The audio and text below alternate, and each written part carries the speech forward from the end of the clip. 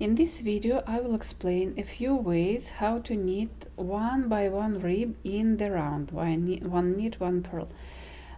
This channel is focused on combination continental Eastern granny style of knitting. However, when it's required, I use other techniques, and in this video I will focus on those techniques that you will be noticing, that you will notice, that you will see on this channel for my further project. So let's talk about knitting one by one in the round. Okay, before we move on, I would like to remind you that there's always more than just one way of implementing a stitch or knitting a rib or knitting in the round. Like, there are tons of techniques and I cannot cover all of them. So let's cover just one or two or three here. Rib, one by one rib implies that there are two stitches, one knit stitch, one purl stitch. Knit, purl, knit, purl. And this is how you make the knit stitch. You go inside the stitch, you grab the yarn from the underneath, and your stitch is done. And here's the way you make your purl stitch. You go through the back loop and create this stitch. Now once again, the knit stitch, grab the yarn from the underneath and form this stitch, and the purl stitch, just like this. Remember when I first showed you the traditional combination continental Eastern granny style, we would knit the knit stitch like this. Okay, the most probably obvious way of forming a stitch. Okay, you still can do that, and I will be showing you a way of knitting in the round using this type of knit stitch. But you know, there's this trick. It turns the stitch a different way. It's okay, we still can knit using that stitch, and I will talk about that later. But you know, to make the confusion a little bit less striking, for the first way of knitting this rib, I would suggest grabbing the yarn from the underneath, like once again, just like this. You grab the yarn, you form the stitch. Okay, you grab the yarn from the underneath and you form that stitch. Now let's talk about the purl stitch. Usually when we work in combination continental Eastern granny style, you have purl stitches oriented like that. You have your front leg and you purl like this. But in this case, when you go in the round, you will have your knit stitches or your purl stitches oriented differently. So if you go through this loop which is closer to you, here's what happens. You get a twisted stitch. You don't want that. So for this style in the round, you use just classical, traditional, conventional way of purling. So you have the yarn closer to you, but you go through the back loop, just like this, and grab the yarn from the above, and this is how your purl stitch is formed. Now once again I have to go through this knit stitch, and now let's purl once again.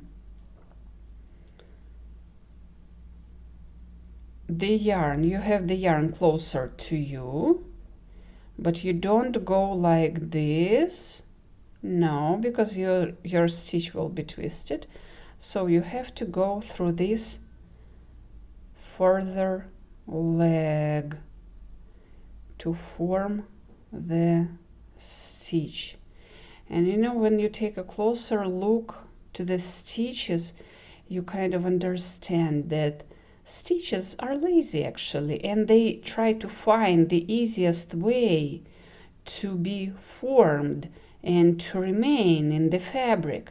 So for the purl stitch here, the easiest way is like this. Okay, once again, knit stitch and purl stitch. I hope that it makes sense. And now let's talk about another way of knitting one by one rib.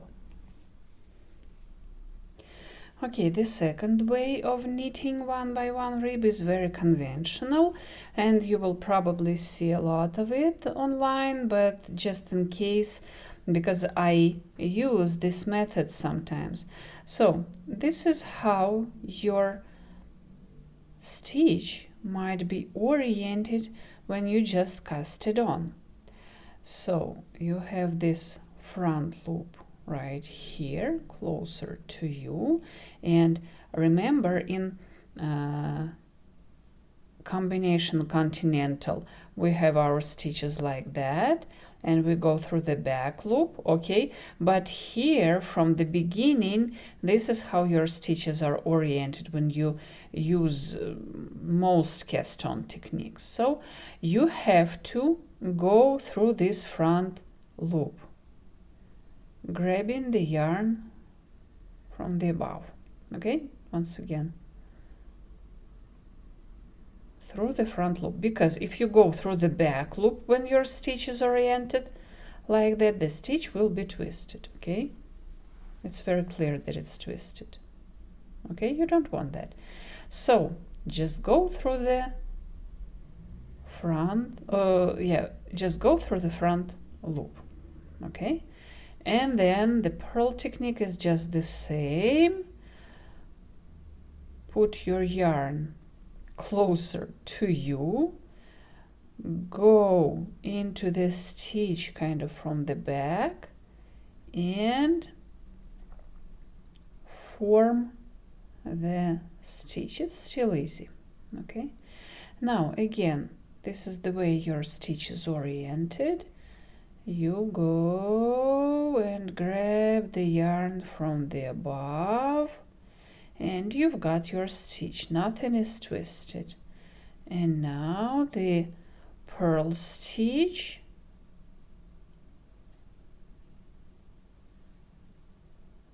just like that.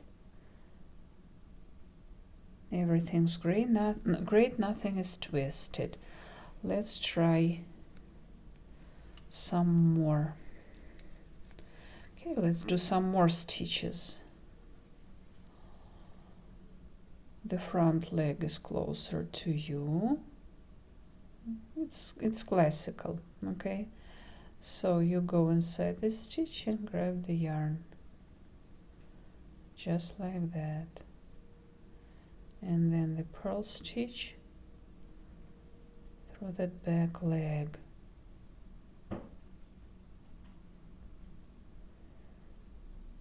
The front one,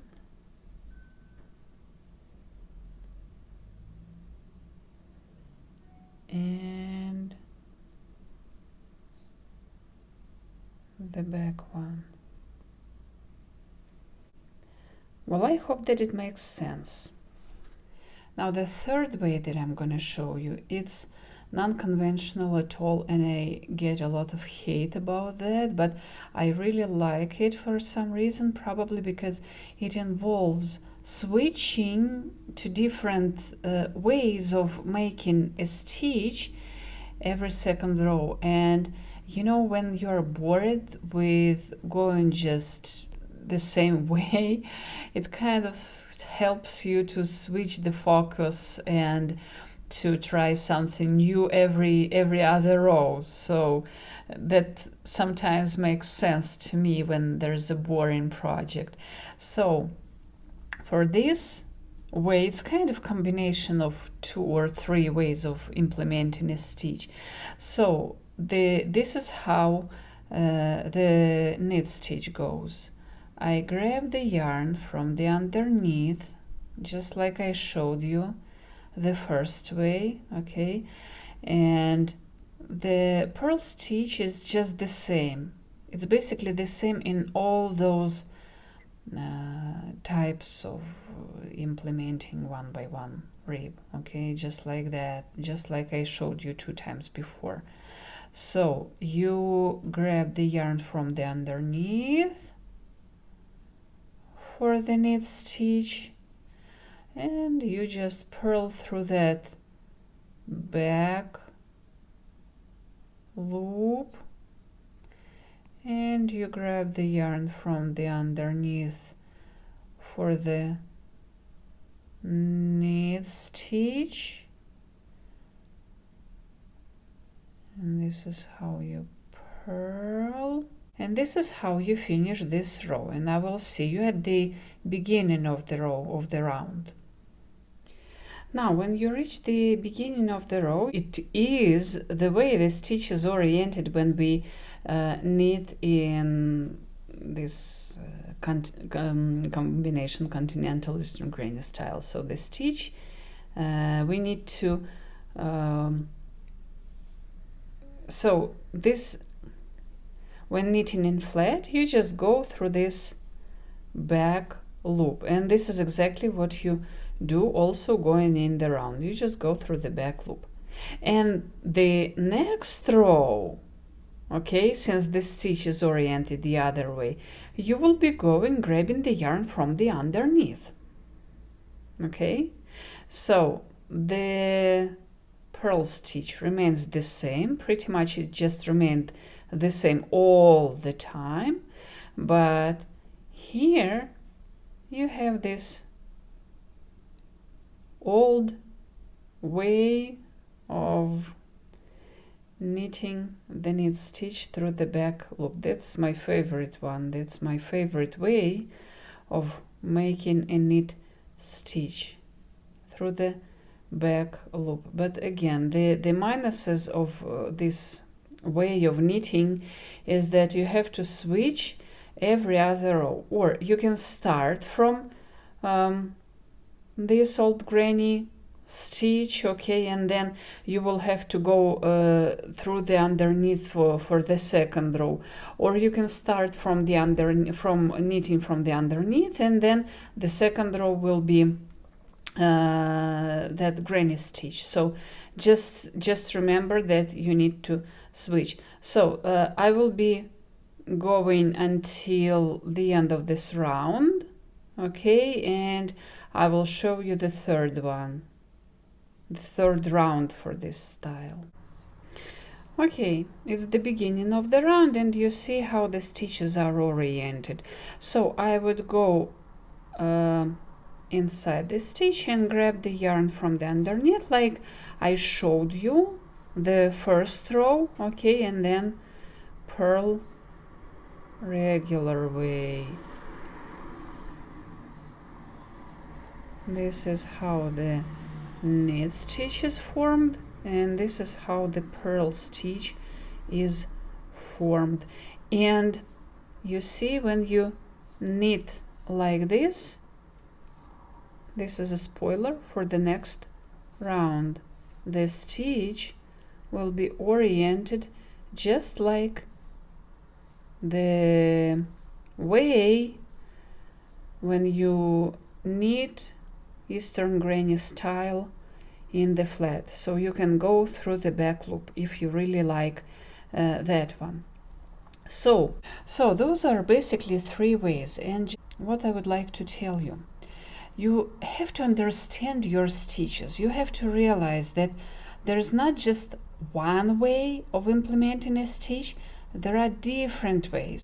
So you just take a moment and grab your swatch and figure out, okay, what happens if I go through this front loop and grab the yarn from the above? Here's what happens. Now, what happens if I go through the front loop and grab the yarn from the underneath? This is what happens. Now, what happens if I go through the back loop? A twisted stitch happens. What happens if I purl through the back loop? Okay, here what happens. What happens if I purl through the front loop? Okay, twisted stitch. Twisted is when this leg, see,